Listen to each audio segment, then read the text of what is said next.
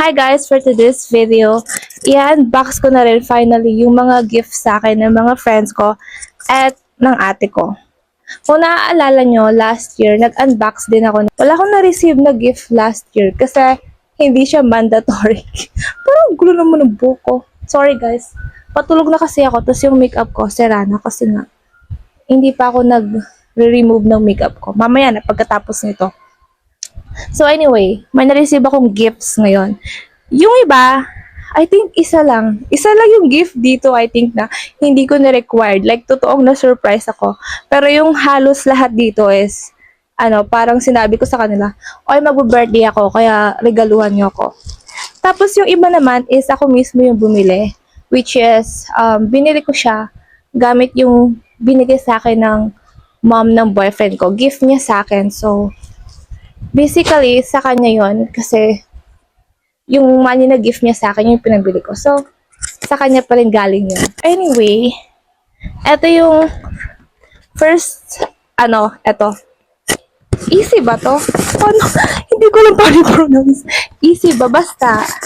Galing to kay Arsayo. Kasama niya pa akong bumili nito. Tapos may vlog ako nung binili namin to. Kaya makikita niyo rin. So, hindi to surprise actually. Kasi tanong niya ako anong gusto ko. Sabi ko, gusto ko ng lipstick sa ano na to. Sa brand na to. So, tinupad naman niya. Binili namin to hapon. Hindi ko matandaan. Basta late, na to, unboxing. Kasi, finifilm ko to ngayon, February 4. Tama ba? Hindi ko na maalala yung date. Basta February 4, tapos yung birthday ko, January 30. So, eto siya, guys. Hindi siya ma-focus. Wait lang. Eto siya. Basta, hindi ba siya na-focus?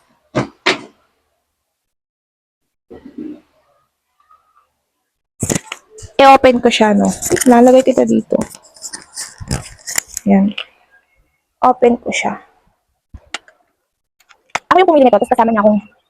Kung bakit naman ako sa video na to, wala akong pakialam. Kasi hindi ko na mauulit to. Nakatingin mo siguro ako. Sorry, malabo na to. Ah! Tapon dito.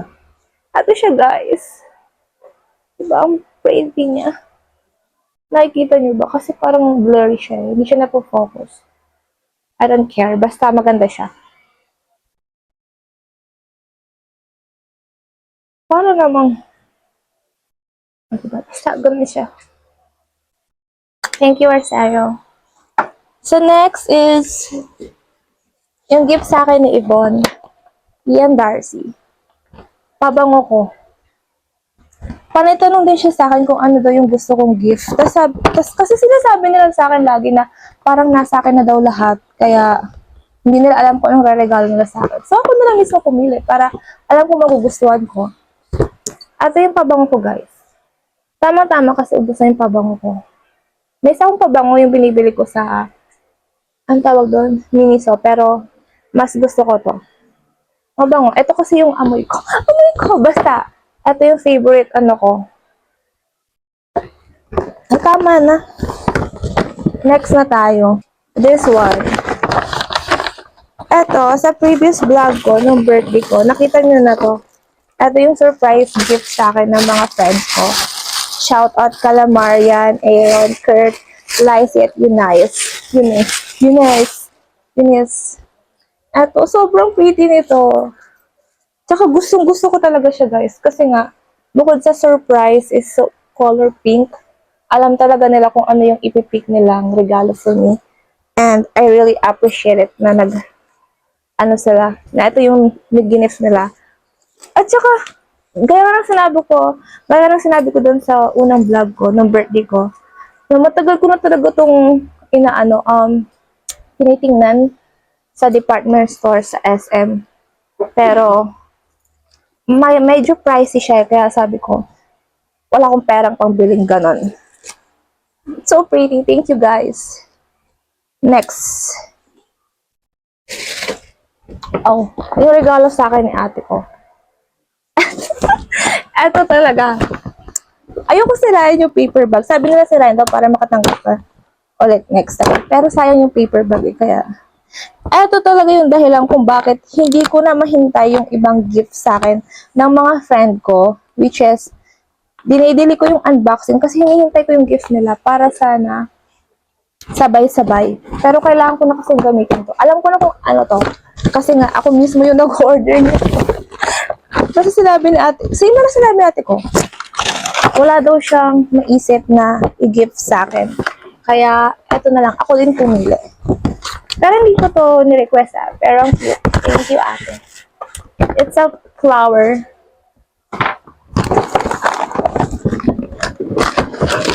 Tada! Diba? Para siyang cellphone. Pero, yung ano to, yung Gojudo na mini fan. Kailangan ko to para sa Thursday. Kasi ano kami, grad pick. Open ko na. Pink din siya. Siyempre, ako bumili nito. Ako nag-order, pero si ate ko naman yung nagbayad. Ay, ang haba. Ano to? Pintas. So, meron siyang ganito, lace. Meron din siyang maliit. So, pwede siyang kwintas, tapos pwede siyang bracelet, at pang-charge. Unbox na natin, guys. Ewan ko kung nagpo-focus siya, pero bahala na. Ayoko na mag-adjust. It's so pretty. It's very pretty. Tagal ko nang gustong bilhin to. Tapos meron siyang kasamang pang cover para hindi magasgasan.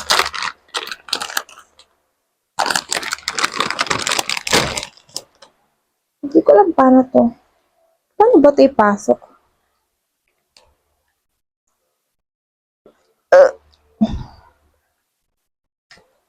Mamaya na.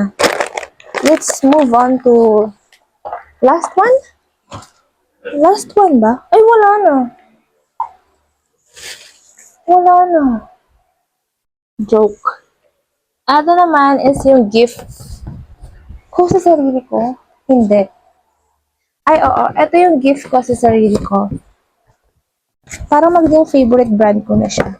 Which is yung foundation nilang sobrang mahal. Foundation. Liquid foundation to.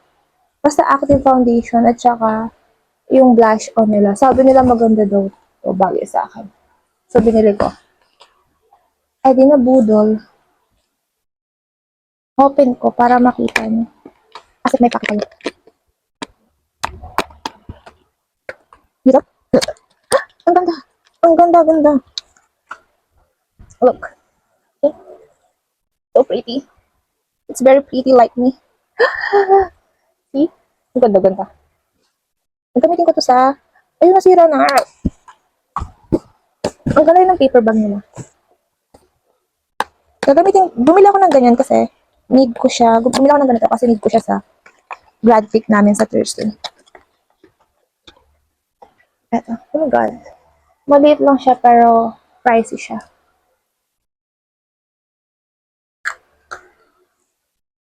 Sabi sa akin ng sales lady, bagay daw to sa katulad kong acidic. Sabi ng sales lady, bagay daw to sa akin. Kasi acidic yung skin type ko. Skin type? Next. Okay. Nung yung guys sa akin ng mama ng boyfriend ko is cash. So, binili ko ng bag. Kasi nahihilig ako sa bag lately. Unahin ko na to. Nakita niyo na to sa previous vlog ko din. Kasi nga, ginagamit ko na siya pang school. Tingnan niyo. O, diba? Nandiyan po si Joshua Hong. Maganda siya guys kasi pink. And this one. Binili ko din siya bago pa ako mag-birthday. Hintay ko talagang mag-unboxing ako bago ko siya buksan. Ang ganda nito guys.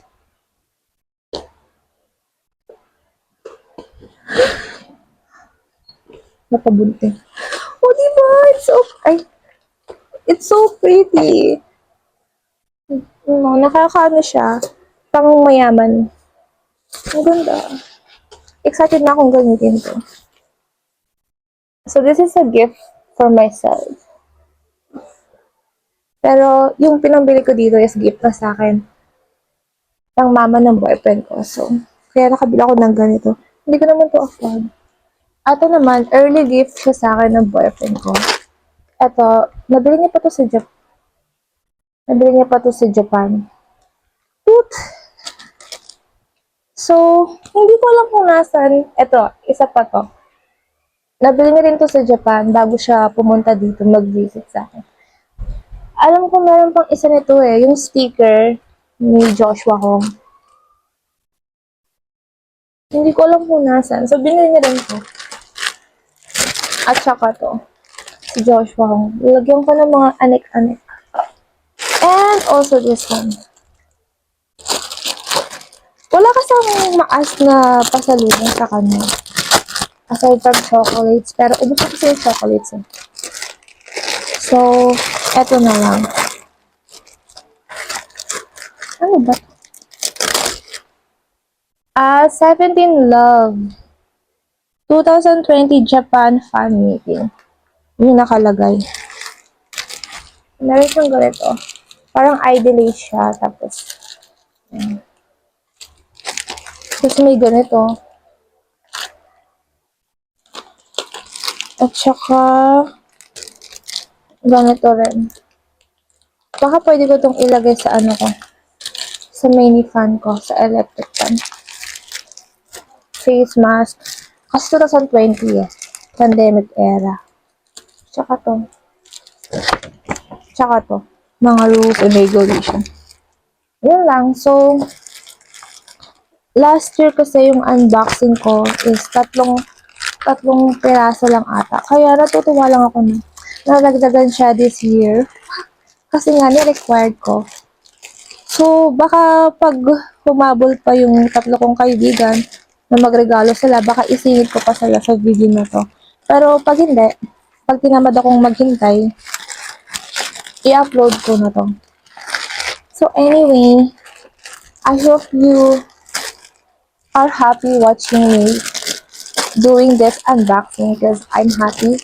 I'm happy to share with you guys the blessings that I received this year and the gifts that I received from the people who cares about me. So, yeah, thank you for watching and abangan nyo na lang yung next upload ko and vlog.